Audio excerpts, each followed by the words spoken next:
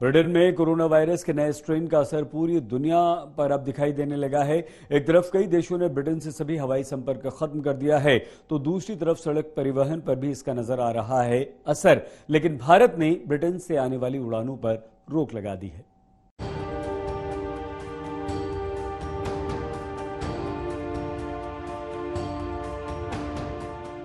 Britain के तटीय इलाके डोवर की सड़क को देखकर लग रहा है मानो कोई लंबी ट्रेन सड़क पर उतर आई हो। सैकड़ों की संख्या में घंटों से सड़कों पर अटके इन ट्रकों के रास्ते में कोरोना का नया स्ट्रेन रोड़ा बन गया है।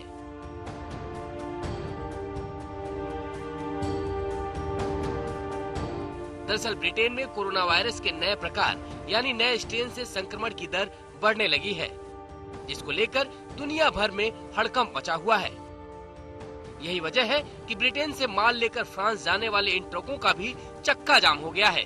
चूँकि फ्रांस सरकार ने ब्रिटेन से यात्रा पर रोक लगा दी है, इसलिए ब्रिटेन के केंट में खड़े इन ट्रकों को आगे बढ़ने की मंजूरी नहीं मिल रही है। नतीजन सड़कों पर ट्रकों की लंबी कतार लग गई है।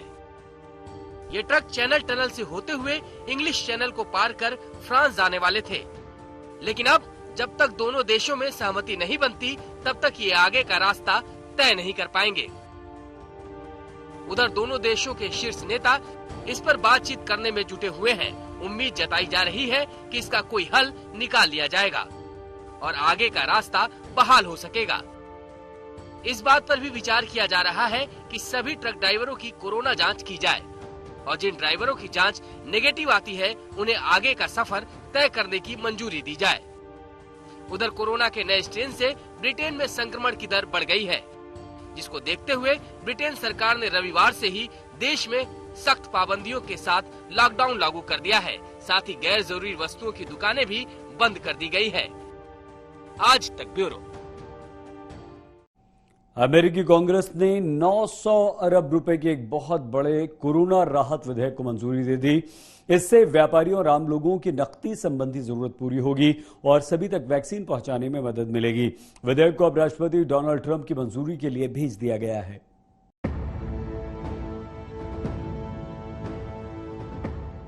वैश्विक महामारी कोरोना वायरस से जूझ रहे अमेरिका और वहां के लोगों के लिए राहत की खबर है। अमेरिकी संसद ने सोमवार को 663 लाख करोड़ रुपए यानी कि 900 अरब डॉलर के कोरोना रिलीफ पैकेज को मंजूरी दे दी। इस पैकेज के तहत बेरोजगारों को $300 और जरूरतमंदों को $600 की मदद दी जाएगी।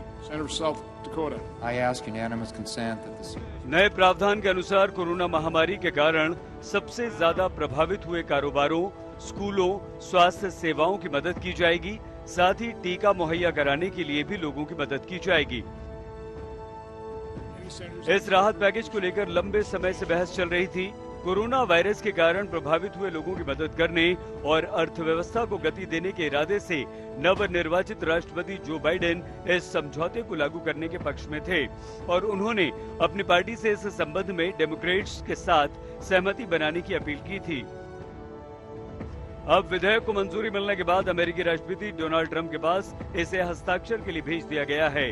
उनके हस्ताक्षर के साथ ही इसे कानूनी मान्यता मिल जाएगी। राष्ट्रपति से कानूनी मान्यता मिलने के बाद अमेरिका के इतिहास में अब तक का दूसरा सबसे बड़ा प्रोत्साहन पैकेज होगा। अमेरिका दुनिया का पहला ऐसा देश है जहां वैश्विक महामारी कोरोना से जान माल का भारी नुकसान हुआ है। अमेरिका में अब तक करीब 1 करोड़ 85 लाख लोग कोरोना वायरस से संक्रमित हो चुके हैं, जबकि 3,37,000 से ज्यादा लोगों की मौत हो चुकी है। आज तक ब्यूरो। रूस की राजधानी मॉस्को में मशहूर क्रेमलिन कैथेड्रल स्क्वायर पर क्रिसमस ट्री सजकर तैयार हो चुका है। 96 साल पुराने इस पेड़ को 1100 सामान की सजावट के साथ सजाया गया। इसके साथ ही सजाने में 2400 मीटर की बिजली लगाई गई। इसके चलते देखने में काफी खूबसूरत है। पेड़ की लंबाई 25 मीटर है। मध्यकालीन रूढ़िवादी चर्चों से घिरा है। क्रेमलिन रूस की राजधानी में वो जगह है जहां राष्ट्रपति का ऑफिस है और यही वो कारण है कि रूस के लोगों में इस पेड़ को लेकर अत्यधिक दिलचस्पी रहती है। इस बुलेटिन में आज के लिए बस इतना ही। देश और दुनिया की हर खबर के लिए देखते रहिए आज तक।